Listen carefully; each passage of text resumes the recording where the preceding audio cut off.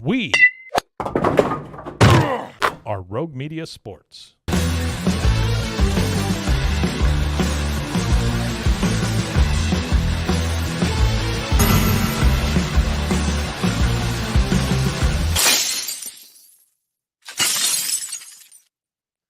Well, it's the Thursday before week one of the NFL season. I guess it is week one of the NFL season. It kicks off tonight.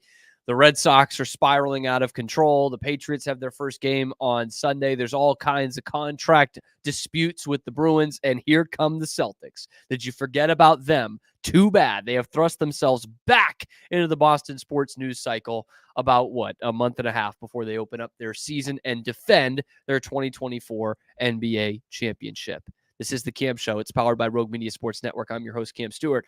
And a couple of different Celtics topics to talk about. I was going to come in here and talk about what Charles Barkley said on the Simmons show yesterday about how pissed off Tatum and Brown are going to be, and the way Joe Mazzulla is handling this being the hunted mentality in perfect Joe Mazzulla fashion. And we will talk about that. But we now apparently have a top three of groups who could be buying the Celtics.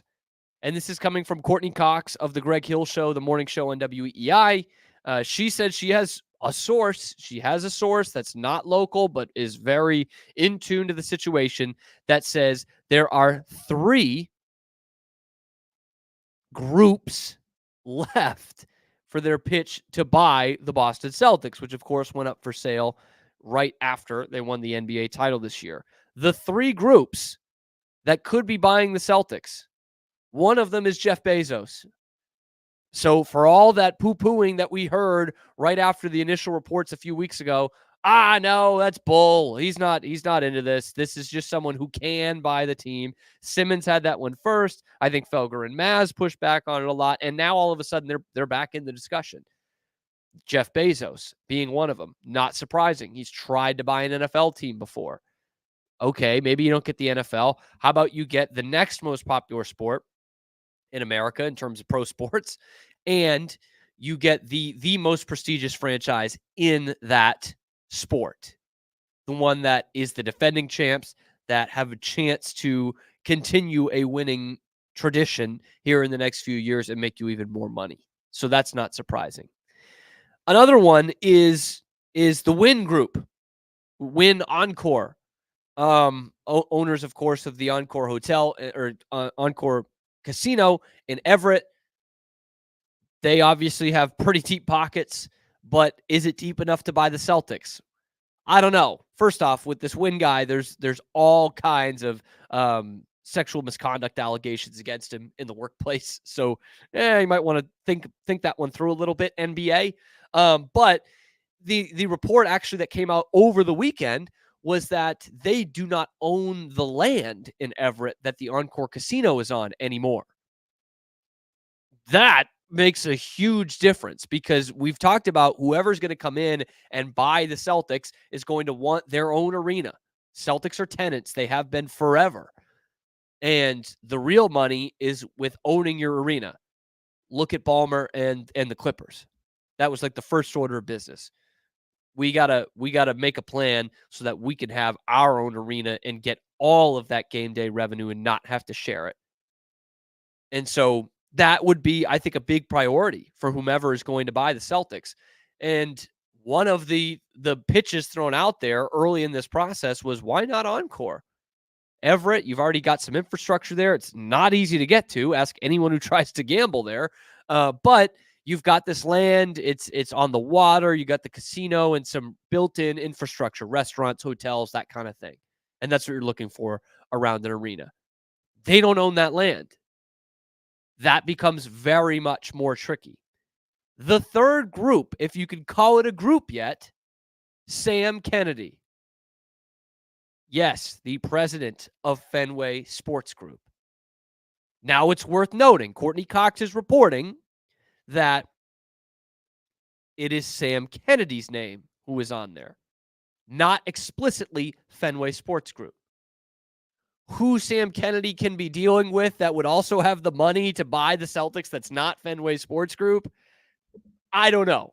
In fact, it seems like something FSG would do because they know the pulse of the fan base is, oh God, anyone but these people. Please, God, do not have Fenway Sports Group buy the Celtics. And so they say, well, let's have Sam put his name in there, put his name in the bidding. And then by the time the fans even notice, we'll have already bought the team. That wouldn't surprise me in the slightest. But I think all of Boston is in unison in agreeing we do not want Fenway Sports Group to buy the Celtics. Keep them as far away from the Celtics as possible. And this is one that still is like perplexing to outsiders. Say why? Like these are guys who came in. You hadn't won a World Series in almost a century. They've come in and won 4 for you guys. And that's true. They have won 4 World Series for the Red Sox. They made the ballpark a lot nicer, but there's all kinds of crap with Fenway Sports Group that will piss off any Boston sports fan. First off, look at the product on the field with the Red Sox. I just talked about it, laid it out yesterday. They're done. They are done. Despite their best efforts with the roster that they have, they cannot go to the postseason. Again, the Red Sox, not the Rays, not the A's, not the Royals, not the Rockies. The Red Sox have once again built themselves a roster that cannot make the postseason. And that's, 5 of the last 6 years, 6 of the last 7 seasons? They haven't been able to do that. That's FSG. That's the front office. That's an ownership group that is too worried about buying up all that they can. Liverpool, the Penguins, the NASCAR thing, now the PGA Tour. Like, this has been going on for years now. They bought Liverpool 15 years ago. And steadily, they have bought these other things so that they don't have to focus their time on the Red Sox. You think that's going to be any different with the Celtics? No way. No way, man. And so, just go to Fenway. I had this complaint a couple months ago. I went to Fenway, brought my girlfriend there for the first time. They were playing Seattle. They had just faced the Yankees at home. And I'm going in the gift shop at Fenway Park, and there's Yankees stuff available to buy. They are catering to everyone but the home fans. So, yeah, Fenway is nicer than it was 25 years ago, sure. Then that's, that goes without saying. But it's also full of pink hats and tourists. And the place empties out no matter what the score is after they play Sweet Caroline. That's what people go there for. They go there to take their fucking Instagram videos and say, bum, bum, bum. That's why they go to Fenway. And they're pricing out the fans that actually want to go and watch the baseball team. They're still the most expensive ticket in baseball. And they're about to miss the playoffs for the 3rd straight season. And those tickets are not getting cheaper next year. No fucking way. So go and watch at the end of September when the kids are in school, or at the beginning of April when it's cold as shit, and you'll see a half-full ballpark, because the real fans for what is maybe the best baseball town in America still are being priced out of their own stadium. You can thank FSG for that. So yeah, they've won 4 World Series. That's great. Never forget that. But to me, that's no different than having a great marriage for 10 years. And, you have a couple of kids, you make a lot of money, you have a beautiful house, and then your partner starts beating the shit out of you and makes your life hell. Is that a good marriage that you look back on, or do you want to get out of that marriage? To me, that's no different than FSG owning the Red Sox. Yeah, it's great for a long time. And now it's not. Now it's detrimental. Now they are stunting the growth of your team and your franchise. And one of the big things with the Celtics outlook is you're going to have to pay some luxury taxes. Any owner that comes in is going to need to pay some money because they are going to be over that second apron. And that's the cost of what is a championship team and keeping them together for hopefully 1 or 2 more. So anyone that comes in is going to need to fork up some money, or they're going to need to blow this thing up. You think that's what John Henry and Tom Werner want to do? No fucking way. Their whole thing with the Red Sox since they won the World Series in 2018 has been sustainability. We need to be sustainable. Is that what you want to hear as a fan? You just want a championship, and now our big goal is to be sustainable? No, you want the goal to be to win more championships. That's not the goal with Fenway Sports Group. The Red Sox have put a lousy product out there on the field the last few years. The Penguins missed the playoffs for the first time in like a decade and a half and have no signs of getting better. That is a stale team right now. Whatever they're touching is turning to shit.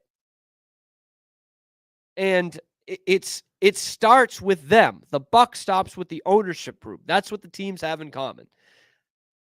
And so this is not a good situation for anyone involved if FSG buys the Celtics. It's not good for the Celtics fans, not good for the Red Sox fans, not good for the Liverpool fans, not good for the Penguins fans. Because that's just one more pool they're dipping their toes into. And that's just taking more time and more money away from your other team. And it makes nobody better. Nobody. Keep them the hell away from this team, please. For all the complaints I would have against Jeff Bezos, he, I think, on paper, is a better fit than Fenway Sports Group, which seems wild to say for a guy who's not owned a sports team. He's not from around here. Who knows if he knows, but he's got just endless pockets, and this would be his only team. If he wants to go back in the NFL pool in a few years, I wouldn't be surprised by that, and that's something you got to deal with in a few years. But one of the three here already owns 3 professional teams. They couldn't give a shit less about what the fourth one is. It's just an asset. It's absolutely just an asset to them. And that's, to be fair, I'm not naive. Most owners in sports, it's just an asset to them. But that's why we have been pretty spoiled in Boston, because for a while it wasn't just an asset for FSG. They made a great baseball team out of it. And for Robert Kraft, it is not just an asset. The goals they have right now might not be what they're supposed to be, but it's pretty clear his lifetime with this team and the last 30 years of owning it that it is not just an asset to him. And Wyc Grousbeck with the Celtics, no way was it just an asset. No way. Because the Celtics continually made moves to make them better. They have like blown it up once since Wyc's been the owner. They've hit the reset button once, and it was really for 1 year. So yeah, it's not an asset to him. And all you can hope for as a sports fan is that the next guy who buys it, it's not just an asset to them. And it's going to get even worse in that sense over the next whatever, because now teams are getting valued at $4 or $5 billion. Who can afford that? Jeff Bezos, yes. And he can afford the luxury taxes and the cap hit or whatever you're going to have when you go into that second apron. So, yeah, if it's between Bezos and Fenway Sports Group, I'm taking that 11 times out of 10. I'm taking the Bezos.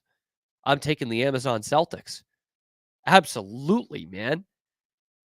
And the win thing with Encore, I don't see it. If they don't own the land, I don't know how they have the money to put this together. I'm sorry. I know I'm no expert on that, but I don't see where that comes in. And I don't see that Sam Kennedy has another investor group that he's working with that can afford to buy the Celtics. No, this is FSG. They might not say that, and it's worth noting when you're reporting it, but this is FSG. And that is just the last thing I want if I'm a Celtics fan, which I am. I am a Celtics fan.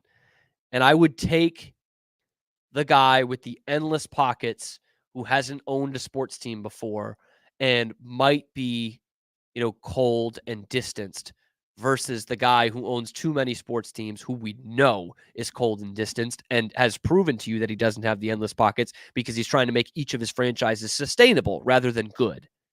Rather than champions. He wants to make them sustainable. I'm telling you, maybe I'm overboard with it. I couldn't think of a worse situation for the Celtics than to have Fenway Sports Group going by it. I think that would be a total fucking mess. And it's really disappointing that the Palaiuka Hyde group is not in this top 3, according to Courtney Cox of the Greg Hill Show. That would be the ideal situation for the Celtics, who are going in as defending champs. And Joe Mazzulla, man, he is really, I do want to get to this. Joe Mazzulla is way into that. In fact, he was asked as their opening, whatever, the very beginnings of training camp or whatever it may be for the NBA, asking what it's like to be the hunted. What's it going to be like to have that target on your back as the defending champs? And Joe Mazzulla said via Locked On Celtics, great show with our man John Corrales there of the Locked On Podcast Network, of which I'm also a part of. He said, people are going to say the target is on our back, but I hope it's right on our forehead, in between our eyes. I hope I can see the red dot. Joe Mazzulla is a fucking psycho, and I hope he never changes, man. This, as long as they're winning, this shit rocks, okay? Like, I love my Psycho Joe. And I truly, the one thing that has always struck me about Mazzulla is I believe him. Like with so many other coaches, you just be like, yeah, you're just corny shit. Like they're just saying what they want to say. It just sounds like a sports movie. I believe Joe Mazzulla. And he's like, yeah, we want to be the hunted. I believe that Joe Mazzulla went through the parade. He took the Larry O'Brien trophy through the North End. And the very next second, he was like, 2025, let's go. I'm preparing. I don't think he sleeps. I don't know that he has any friends. I think he only thinks about Celtics basketball and the Lord. I think that's all Joe Mazzulla's got for him right now. And I love Psycho Joe. Just here we go. We want that target right here. I want to see it. And I'm wondering how they're going to respond to it, to be totally honest with you, because I think that was a question about the Celtics for years, the mentality that they had and whether they were learning from losing and that kind of thing. And I think we saw it for the first time last year, because there have been times in the past where they looked like mental midgets. And this year they did not. They answered every single test in front of them. They had one of the toughest situations you could possibly have in sports. They are the NBA franchise that is most rich in tradition, and a city that is dying for a winner out of their basketball team, and one that has been so close for the last few years. And they said, here is the best assembled team you've had in at least 15 years, maybe 40 years. If you don't go out and win it, you're a failure. You have to go out there and win it. You don't have to make another run to the Eastern Conference Finals. Going to the finals isn't enough. You got to go out there and you have to fucking win it. And they answered the bell every time. And their second-year head coach took that on. So now, as the truly hunted, as the NBA champs, I could argue they were hunted last year. We knew pretty quickly they were the best team in basketball. But now with that true target on your back or in between your eyes, how are you going to respond? I love having Psycho Joe there. I love having Brad Stevens as the GM. We just got to figure out who the owner is going to be. And if you're the religious type like Joe Mazzulla is, you use your rosary beads, you pray to God it's not John Henry and Fenway Sports Group. God, Sam Kennedy running the Celtics. What a joke this team would become. We got some more Celtic stuff. We've also got yet another Jeremy Swayman contract leak out there in what is like the most talked about contract I think I've ever seen for the Bruins. That's coming up pretty quick here on the Cam Show, powered by Rogue Media Sports Network.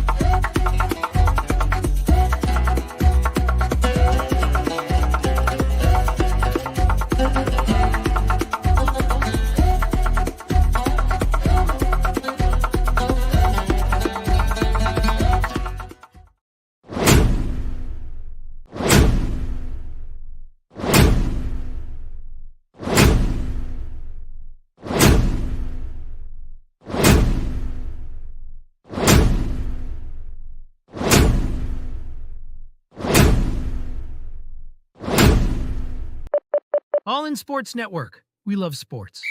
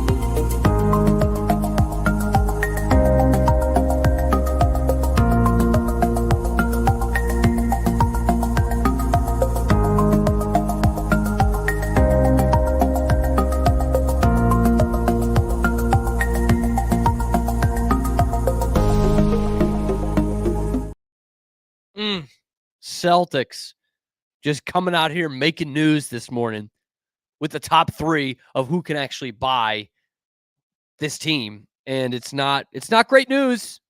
It is not great news for Celtics fans if FSG is in here and going to buy the Celtics. Zach, did you like my squandered marriage theory there? Yeah, My analogy? I thought that worked out as a really a really good analogy. Thank you. No problem. I hope that doesn't happen to you. Well, thank you. I appreciate that you wishing, nothing bad to happen to my marriage. Thank you. Yeah, or to you specifically, but yeah, the marriage as a whole. Yeah.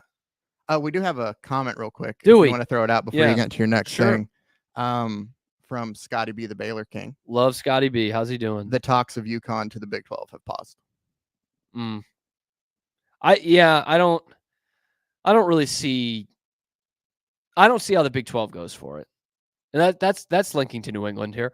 I just don't. I could see why UConn will want to, because again, BC has kept them out of the ACC for at least 20 years now. I heard they're back, by the way. BC football is back. I thought we were going to get BC basketball back first. I thought they had a decent year last year. They didn't make the tournament again, but like they had some nice wins. They won a couple games in the ACC tournament. I do like the direction of BC basketball. They might all be back. But yeah, they've kept UConn out of the ACC for like 20 years. So I understand why UConn's just like, screw it. Let's do it. Let's just do Big 12. It doesn't make sense, but none of this makes sense. So let's just do it. But again, they don't do anything football wise. So I just don't see why the Big 12 would add them. Speaking of basketball, which is what UConn is good at, which is what the Celtics are good at, which is what Jaylen Brown, Jason Tatum are good at. Bill Simmons is good at talking about it. Charles Barkley is good at talking about it. And this has become a recap show of Charles Barkley on the Bill Simmons podcast on this network, because I know Pete talked about it yesterday, talking about Caitlin Clark. But Barkley was on there, and he actually brought up the Celtics thing pretty quickly with Simmons. And he was kind of pissed at the basketball world for what they're doing to the Celtics. Charles Barkley, based, man. And he said, I have never seen 2 players try to be torn apart right after a championship the way this has been. And he said the basketball world done fucked up, basically.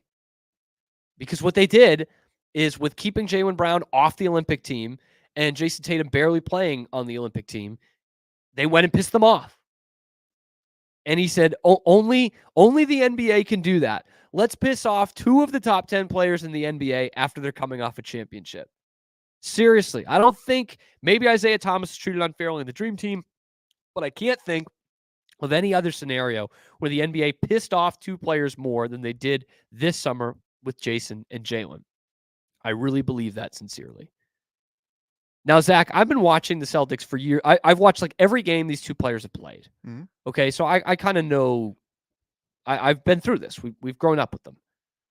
As just a not casual, but an NBA fan of a different team, do you see something like that and think, "Oh my God, you went and pissed them off"? Is that your take on it?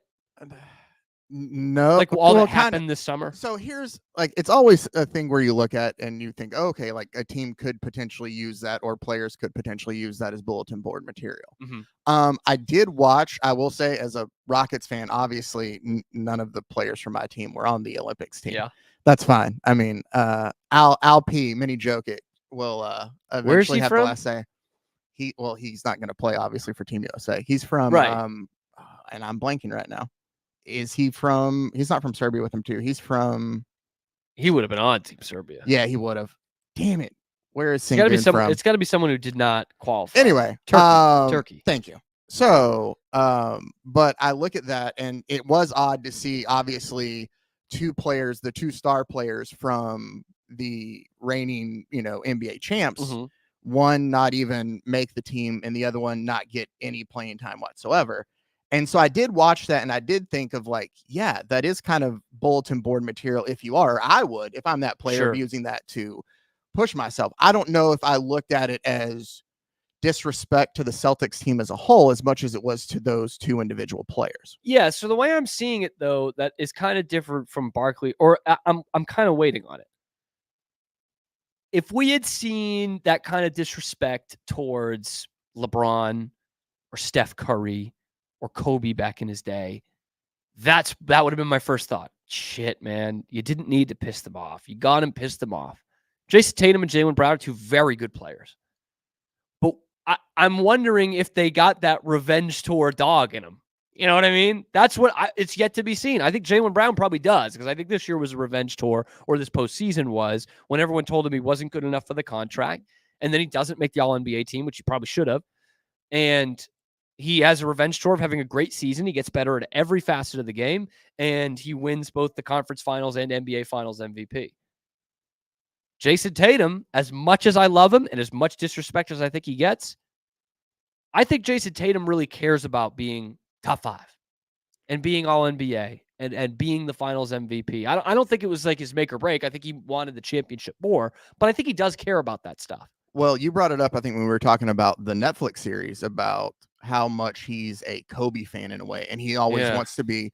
So Kobe was a guy who obviously had that in him. Sure. If that's somebody you model your game after, I would think you would at least think to yourself, I got to have that in me too. Now it's time for me to show it. There was, I think Kobe overall gets overrated, to be totally honest with you, but he absolutely had that dog. Oh yeah. And especially the 2 championships post Shaq, like he absolutely had that. I thought he changed his game in a really remarkable way, and he had that dog in him. It was that kind of Brady dog of, you are not beating me here. And I just don't know that these guys have it yet. But it's something that they can go out there and prove this year. I think it's funny because a lot of people have said that, like, oh, you pissed off Jaylen Brown, Jason Tatum. And to me, even as a diehard Celtics fan who has protected them for years and defended them for years, it's like, it's just not the same as when you say Curry's pissed off. Yeah. You know, because Curry was disrespected to a certain extent, and the Warriors dynasty was over, and they only did it with KD. And then he went out there and he won a title by himself in 2022. Like, I'm wondering, is that what we're talking about here? Is that what the Celtics are going to do? Is Jason Tatum going to go absolute, like, not like just absolute beast mode? You know, he's been pretty damn good the last couple of years. I think better than people will give him credit for, but it's not the numbers of like Kobe putting up 46 and then 40 and then 38. You know what I mean? Like in a final series. It's not been that. So that's what I'm kind of wondering here. I hope Barkley's right. I think that would be epic if they're on a complete revenge tour this year after they, like, this is the only thing I think you could have done to really motivate them for next year. Because, I mean, the complacency, it happens. It happens. As much as we don't want to admit it, there are very few guys where complacency doesn't set in for. And the Celtics just ran through this. They went 16-3 in the postseason. Like, they won 80 games, regular season and post. Like, how much do you motivate a team after that? Well, you can keep the Finals MVP off the Olympic roster, and you could have their best player play just a handful of minutes in the Olympics. Thank God it was the Olympic year, man. Like, that, seriously, that might be what gets this Celtics team to have that, even more of that dog, you know? And it helps that they have a psycho coach, like an absolute psycho of a coach. I'm going to talk with Pete about that, actually, in the third segment, just a little bit. Talk about that a little bit. But, Zach, you know where my passion lies. I do know, especially right now. And that is with Jeremy Swayman contract talk. I'm telling you, like, I kind of love this in a way because I love hockey. I love the NHL. The NHL will always find a way to fuck it up. Like, whenever things are going good with the NHL, they will find a way to make it not go well. And this year, I think they've somehow done really well. We had a great Stanley Cup final that a ton of people watched. And it didn't come down to some stupid rule or the refs sucking, or like they did not mess it up. ESPN tried to with their broadcast, but they didn't. And we hear all summer long about NBA free agency. It's a huge deal. I personally love it as well. Those first couple days of July, and NHL free agency kind of peters out after like 2 days. This Jeremy Swayman thing keeps going. And there's drama here. And there's thinly veiled shots from the captain of the team saying we shouldn't be talking about contracts here. We're not going to talk about mine. And then we hear last week or 2 weeks ago, the $10 million AAV leak. That's what Jeremy Swayman was looking for. And oh, shit. That would make him the third highest paid goalie in the entire league. How can you give that guy that? That's completely unreasonable. You think that was coming out of the Bruins camp? Probably, because now the fans think that's completely unreasonable. No way he's getting $10 million. And now Ryan Whitney, the pride of the South Shore, Scituate, Massachusetts native, comes out here and obviously BU great, Team USA Olympian, played in the NHL for years and years. Host of the Spit and Chicklets podcast. He and Biz Nasty and RA, we hope he gets better soon and is on there. But he's dropping news. He said, Witt says, I have a source inside the Bruins telling me that their offer to Jeremy Swayman, 4 years, 6.2 a year. Oh, man. Just yesterday, what I'm telling you, trust me, the Bruins aren't cheap anymore. That's an old narrative. Then this comes out. And the Jacobs haters are chomping at the bit to hear this. Their mouth is watering. It's not just that. It's not just that the Bruins are lowballing Jeremy Swayman, allegedly, but also allegedly, according to Witt's source, they have not talked to the Swayman camp in 3 weeks. 3 weeks. We got captain's practices going on. We got training camp next week. And these two sides haven't even spoken to each other in 3 weeks. If that's true, oh shit. Get ready for Joonas Korpisalo. Someone's got to put out an offer sheet. Like, someone has to. And it might not be for $10 million, but if it's 6.2 is your offer from the Bruins and someone comes in here and says, hey man, we can give you 8.5, 4 years, and you'll still be 29. That's young for a goalie. You can go find some money after that with the salary cap increased. He might do that. Or he might do 2 years at $8.5 million or $9 million. Some team might take a flyer on that, if you can call $9 million AAV a flyer. But what a bad look now for the Bruins. And it makes me wonder, like, I'm not saying that Witt's source is wrong or that the $10 million AAV source is wrong, but it's got to make you question all of this. Because clearly the $10 million figure is something that is probably coming out of the Bruins camp. So that Bruins fans can say, oh, well, of course, that's why the deal's not done. You're not signing him to $10 million a year. And very clearly, 4 times 6.2 is coming out of Swayman's camp. Witt Dog has great connections with the players. That's why that podcast, one of the reasons why that podcast is so great. Clearly, the 4 by 6.2 and the fact that they haven't spoken in 3 weeks, that's coming from Swayman's people. So now it's got to make you wonder what any of this is true. And I don't know which of these is concrete true, but it's very clear based off this, these two sides are not close. They are not close to a deal at all. And again, the season is bearing down upon us. And the Bruins still don't have the goalie. Oh, or it's Joonas Korpisalo and Brandon Bussey. Oh, man, help us all. Help us all. And that's what's really frustrating. I talked about this yesterday with the Marchand thing.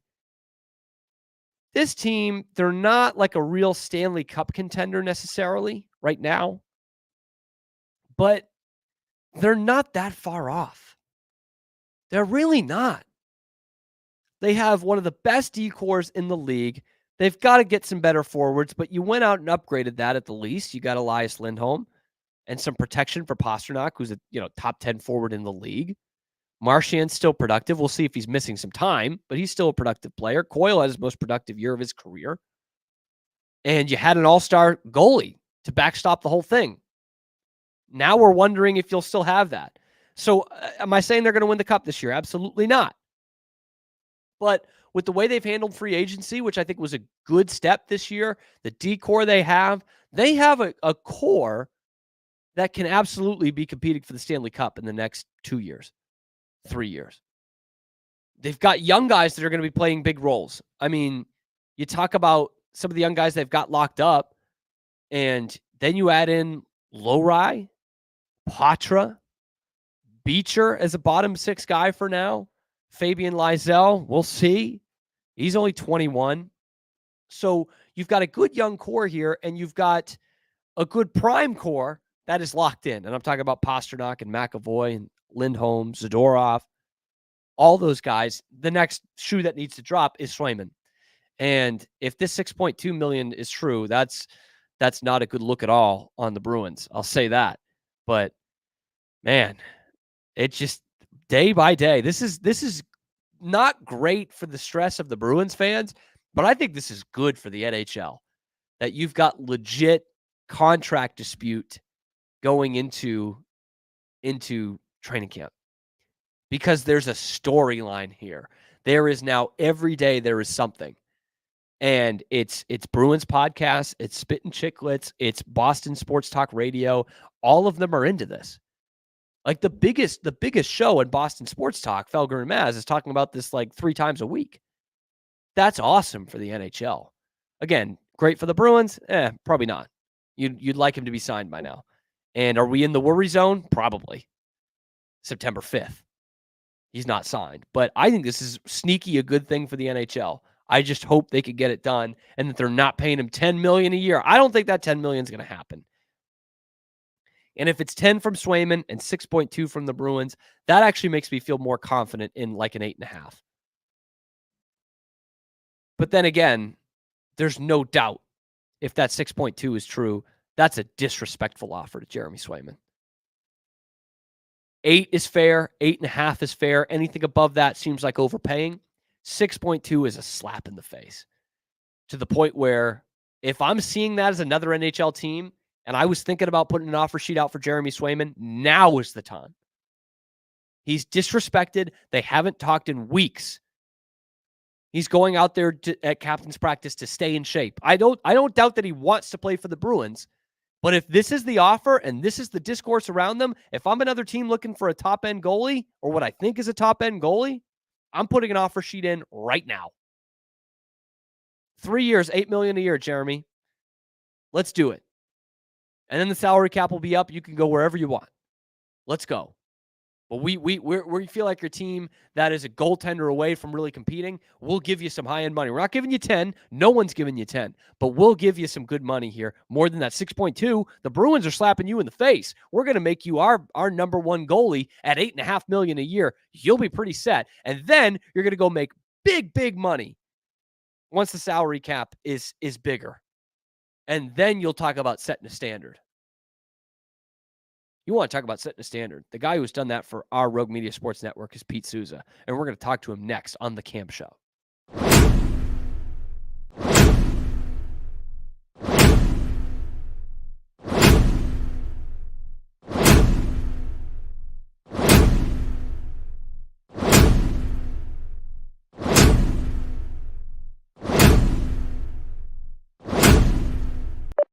All in Sports Network. We love sports.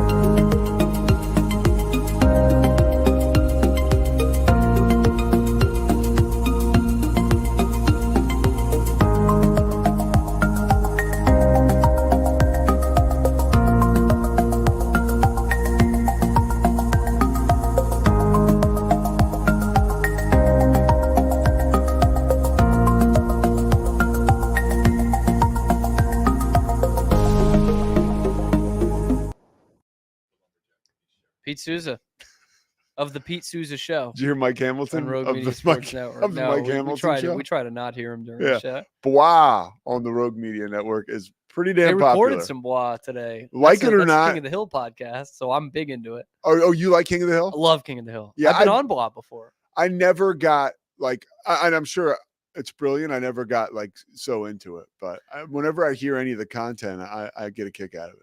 Yeah, that's the half Texan in me now. I love a good I'm Love a good King of the I Hill. consider myself a Texan now. transplant Texan. Yeah. And can never be a native Texan, and that's okay. I'm Yeah. okay with that. Yeah. But I do like it here. I do like it here. Pete Souza, you wanted to talk. You loved that Joe Mazzulla segment. Well, You're like, I love Joe Mazzulla, I love him. which is funny because you're a Philly guy, I'm a Philly guy. big but Sixers guy.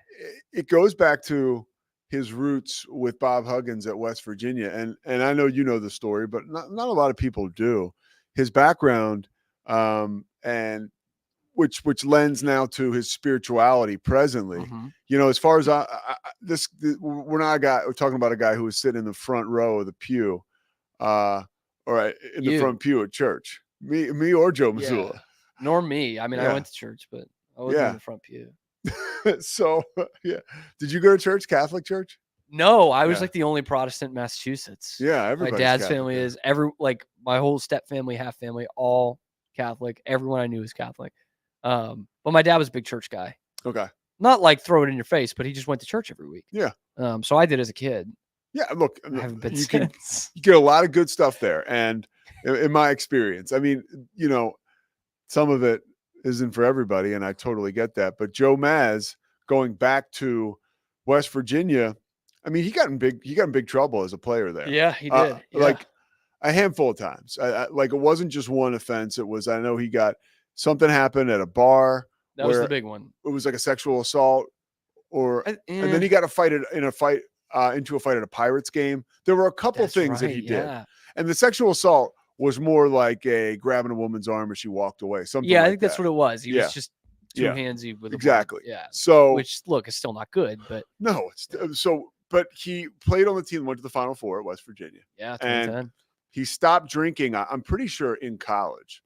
And a lot of times, like me being sober, Mhm. I hear stories like this, and it can go either. When you stop drinking, it can really go either way. Again, this is my experience. So this is my theory on Joe Mazzulla. I have no, He should be on the pod. He should be on the payoff. Look, I would. That would be such a change of pace. dude, I would love it, and I someday I'd love to make it a reality. But he is the kind of guy that, look, I'll speak for myself. When you get sober, it's important to fill that void. That, you know, a lot of times people they say you drink too much because you have like a black hole or a hole in your soul or Mhm. whatever. So a lot of times you'll fill that void with alcohol. And now that alcohol or drugs or whatever is gone, so now what are you filling it with? Well, Joe, as I understand, has filled it with spirituality big time. yeah. And that spirituality and that like undenying like intention and purpose, like when you look, and I'm not saying like Celtics fans were wrong for wanting him out of there a year ago, you know, like It's a tough situation. it's Like, sport, the yeah. guy hadn't coached before. It was we didn't know if it was going to yeah, be really and it's permanent. sports, So dude. yeah, It's sports. We get to fan hate and all that stuff as long as it It's a doesn't real cross the sports line. thing, Yeah, whatever. But he was definitely in the line of fire this time last year. Mhm. And it was cool to see him totally just weather that storm. I mean, you talk about, what did you say? Eye on the red dot. What was that? he. So they said he's like, well, I know we're going to have a target on our back. I want it in between the eyes. I want to see the red dot. I mean, that is Psycho. now that sounds. I love Missoula. He's man. got more of an edge, but it's similar to a Dave Aranda type. Like, I'm not saying strategically or success wise. I'm just saying like somebody who is tunnel vision on the goal, and all the noise on the outside.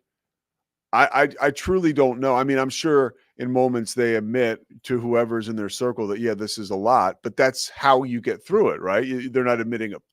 You know what it's very much like? It's very Belichickian. Very. And that's my generation growing up. That's all we want. Like in sports and in life is like the guy who is just hell bent on winning Well, and it doing his the way. right thing. And a lot of times, look, you talk about Belichick, right? Yeah. You go to 2001 when Brady was supposed to come back. I'm sorry, when Bledsoe was supposed to come back. And the whole world was pretty much like, okay, this is logical now. He's going to come back. Yeah. Pro Bowl quarterback. And he was like, Yeah. no, we're going to stick with Brady. That was such an unpopular decision at the time. And at the time, Bill Belichick was not Bill Belichick. He was this Yeah. guy He who was- had a defensive mastermind who had really struggled as a head coach, you could say. Yeah, Really big struggled. time, Maybe like that's a hot seat. stretch. I mean, I think there were some things with the Browns stretch that was out of his control, but Yeah. he was a losing head coach. Yeah. And, those are that's the type of commitment and belief I think you have to have where, Yeah, man. did you see, and speaking of social media, did you see today, I read, it was an awful announcing tweet and it was a quote from Vern Lundquist. Have you seen this? I've not. This You is seen this? Have you heard this? This was at a CBS seminar years ago, according to this quote that Vern Lundquist shared. I believed, and this is probably 30 years into his broadcasting career. He Mhm. said, I believed I was a very good broadcaster. I'm paraphrasing. I felt like I knew what I was doing, like I was in control. And then I peeked at social media, and he's like, this is Vern Lundquist now. And he's like, and I felt defeated. And he said, Damn. This is the guy who's in Happy Gilmore. How can he feel defeated? and it goes back to Kevin Harlan was the one telling the story. And Kevin Harlan was like, hey, like, that's why he's like, I use social media for a news tool or Twitter, to find out like what's going on for my games. But Mhm. I do not go on there looking for Kevin Harlan. Yeah. You know what I really like about Joe Mazzulla? What? Because I think you'll appreciate this because you're a Philly guy, Philly Mm-hmm. scumbag, as I like to say, lovingly a Philly scumbag. So, and like, let's be honest, there's like really 5 sports towns in America worth of shit. And those are 2 of them, Boston and Philly, Thank you. big time. And so what I really, really love is in today's day and age, like we still buy into the bullshit of, and I'll back this up in a second, but like the bullshit of, for my example, the Celtics mystique, right? That you come here and you buy into the Celtics Yeah. and the tradition and Bill Russell and Larry Bird and Red Auerbach and the parquet and the championship banners and all of it. And that when you put on the Celtics uniform, it means something more. And we've heard that throughout the years with players, whether it be the Celtics or the Sixers or the Lakers or even the loser franchises like the Knicks. You like, it feels different, right? But so often we hear or we see to the contrary. Guys leave, they don't come here in free agency, famously. Joe Mazzulla really does care about that. And like that was something that really struck me. So There's a buy-in. yes. And Yeah. he grew up in Rhode Island. And so he grew up a Celtics fan. And he had said a couple months ago in an interview, he was like, I had a dream board. And the only career thing I had on there was head coach of the Boston Celtics. Not want to be a college head coach, not wanting to coach in the NBA, none of this. I wanted to be the head coach of the Boston Celtics. And it feels awesome, especially in the NBA where there's so much free agency and guys wanting to go to LA all the time. It feels so good to have someone that's like, this is the job. This is the city. Yeah. This is the franchise. These are the fans. This is all I give a shit about. Because that's what we would have as a fan. If Pete Souza, if you were going into coaching, you would say, I want to coach the Philadelphia 76ers. Or the Knicks. Or the Lakers. And here's why. Can I tell you something? Fine. Here's why. To lend to that point, because I buy into the mystique of those organizations. I believe because if you're a player or a coach, you can't pick where you can go. I mean, you can, but a lot of times you're going to let that lead the way, right? Opportunity. To put on a New York Yankees uniform, I can't imagine what that's like. And the opportunity. I mean, I get that because when I was out of college and I was here in Texas, I was applying to jobs for like major league franchises. And there was one I got an interview for the Cowboys. And I'm a Cowboys hater. Like, Yeah. I just have no use for them really. But it's like, whoa. I could be a 22-year-old kid saying I'm working for the Dallas Cowboys. Like there is something to that. They're really. I don't know if I can do it with like the Yankees, but I know what you mean. And players will tell you that, not so much today because you can kind of steer your own ship, but you talk. I've actually talked to a guy recently who played in. I don't want to say his name because I don't know if he wanted out there, but played in a smaller NFL market for almost 15 years, and he felt like truly he was a forgotten player because he was in this market, and had he been in a different marketplace that was bigger, it really probably would have affected his legacy as well. And I truly believe that. Yeah, absolutely. So there's something to be said for playing in these magical places too. But they'll also smoke you out real fast if you can't handle it. Yep. And if you don't put it out there on the line every time, that's why Big Philadelphia loved That's- Allen Iverson. sure. I mean, every Dude time didn't love practice. So. didn't No, matter. I mean, He showed up. there was like this kind of gets forgotten, and I know it's a complicated legacy with Allen Iverson and the way he played and how that changed the game and everything, but there was an assassin's intensity there all the time, all the time. And so that's what I love about Joe Mazzulla. Yeah. He embraces this. He actually believes in it, and like he's getting a team to foster it, to buy into it, and like that is just not. It's not a thing anymore. Like that doesn't happen these days. And I'll use Belichick as an example. Like Belichick obviously had no real connection to the Patriots before he was the head coach. He was the defensive backs coach when they went to the Super Bowl in '96, 1 year. But it's not like the Patriots were this great franchise. In fact, quite the opposite.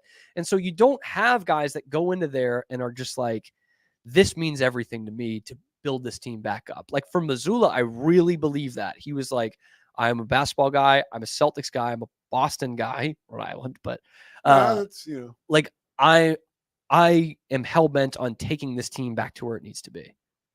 That's what I love he was about on- that shit. and It's he what was you on the only edge. all you can ask for is a fan. and he was, and with that responsibility and dedication, he was hanging in the wind last year. Yeah, I mean, it would have taken, that team starts off 0-6, he gets fired. probably. Yeah. I mean, and think about Look at what happened with the Bucks, dude. Yeah. All-star break, and you're not winning, or not winning enough. Yeah. You're gone.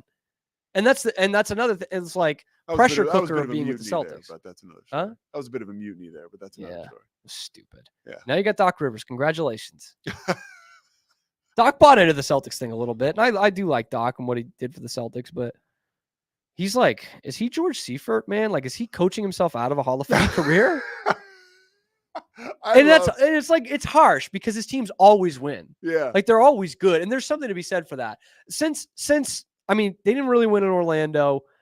And then the first He was couple coach of of the year, his rookie year. yes, and then it started to go downhill. Yeah. You're right. You're absolutely right. And then the Celtics, they didn't win for like 4 years of Doc. Like that would never happen again.